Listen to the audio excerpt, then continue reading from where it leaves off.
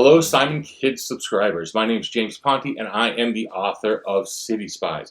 City Spies is the story about 5 kids from around the world who are adopted by a British secret agent, and they go on all sorts of missions. This is the first book. The second book is called Golden Gate. In Golden Gate, they go to San Francisco. The third book is called City Spies, Forbidden City, and that one they go to Beijing.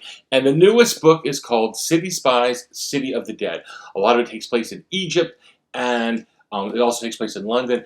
And when I write these books, the places you're going, it's a big part of it, a really fun part of it, and trying to figure out, okay, I want to see this, and I want to go here.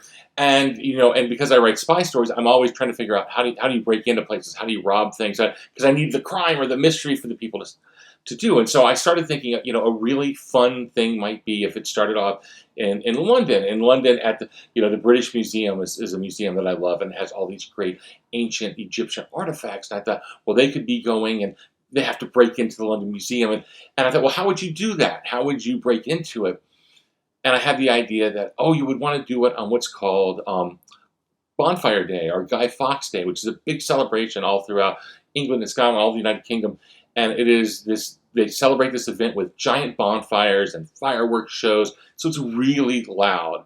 That'd be the perfect day to break in somewhere in London because it's so loud with all the explosions. Maybe people wouldn't hear the break-in. And then I started thinking about, okay, well, what are they going to break in for? And I looked at the date and I realized the date of Guy Fawkes is just one day removed from the day that King Tut's tomb was discovered.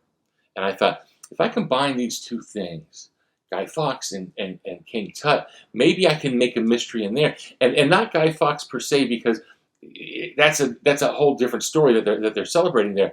But what I liked about it is that now Guy Fawkes, he was this rebellious guy hundreds of years ago, but computer hackers use him as their symbol. So Guy Fawkes is kind of like this symbol of a very modern crime, and King Tut is this like very ancient thing. And I thought, I want to combine those two. And so that's what I did in this book. And so I want to read you an excerpt to kind of give you a flavor of what I'm talking about.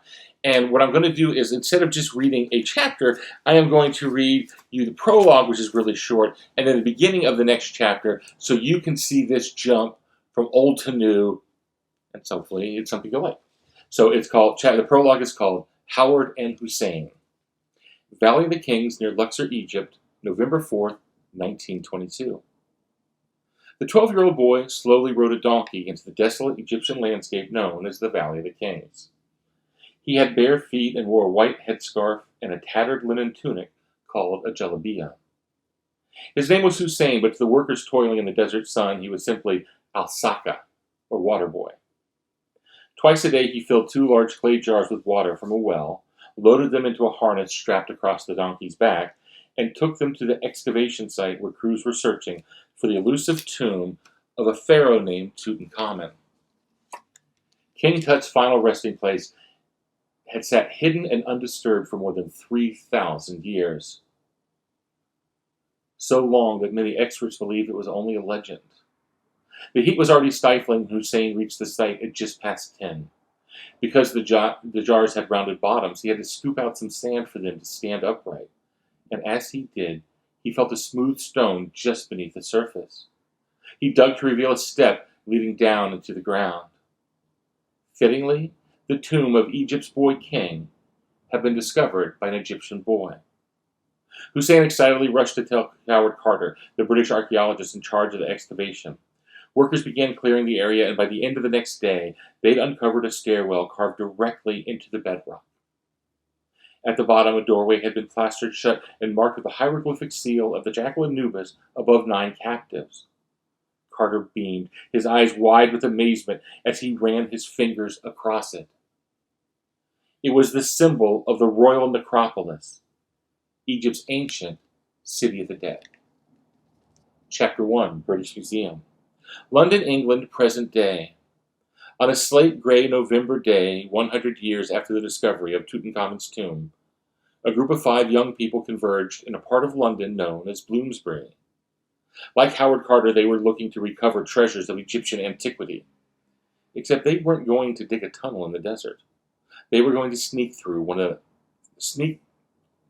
They weren't going to dig a tunnel in the desert. They were going to sneak through one in an abandoned section of the London Underground.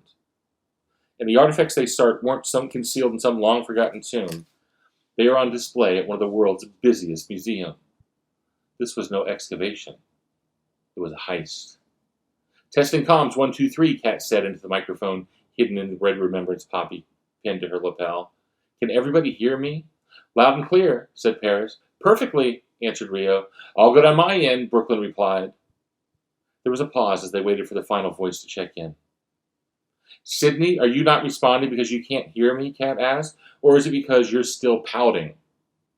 After a moment, Sydney replied, "Oh, I'm sorry. I was under the impression nobody cared what I had to say." "So pouting," Paris commented. "I'm not pouting," Sydney said defensively. "I'm just disappointed. All I asked was that we slide the break-in a couple of hours so we could see the fireworks at Battersea Park. You know how much I love Bonfire Night. It's going to be huge, and everyone's going to be there." "Which is exactly why we're going to be here," Kat said. "The police will be spread thin, and there are no celebrations scheduled for Bloomsbury. That means they'll be elsewhere, which dramatically improves the probability of us not getting caught." Kat was the alpha on this mission, which meant she had to come up with a plan to break into the British Museum. She'd studied dozens of famous robberies and noticed that many took place on holidays or during special events when police and security altered their normal patterns. She picked this day because of its connection to one of the most infamous figures in British history. On November 5th, 1605, a soldier-turned-radical named Guy Fawkes was captured before he could execute his plan to use 36 barrels of gunpowder to blow up Parliament. Ever since, Britons had marked the occasion with raucous public displays that included bonfires, burning effigies, and fireworks.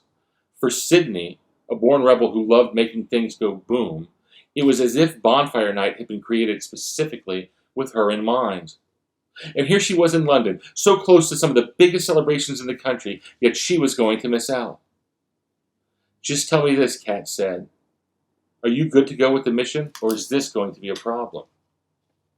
"Of course I'm good," Sydney replied. "I never let anything affect our work." "Excellent," Kat said. "And if it makes you feel better, I'll try to find something for you to blow up." "I really appreciate it," Sydney replied with a smile. "That means a lot to me." Rio cleared his throat and said, "Now that we got everybody's feelings sorted, can we please get started?" "Yeah," Brooklyn added. "You know we can't do anything until you give us the word." As the alpha, it was Kat's responsibility to say the good luck phrase that kicked off every operation. "Okay then," she said, surveying the museum entrance from her vantage point in the great court. "This operation is hot. We are a go." And that is the beginning of City Spies, City of the Dead. I hope if you read it, I hope that you like it and love the adventure. And now you get a little taste of, it's got old ancient Egypt stuff. It's going to have really modern, high-tech cyber attack stuff. And in the middle of all of these amazing kids, and like we saw with the discovery of King Tut's tomb, people look for thousands of years.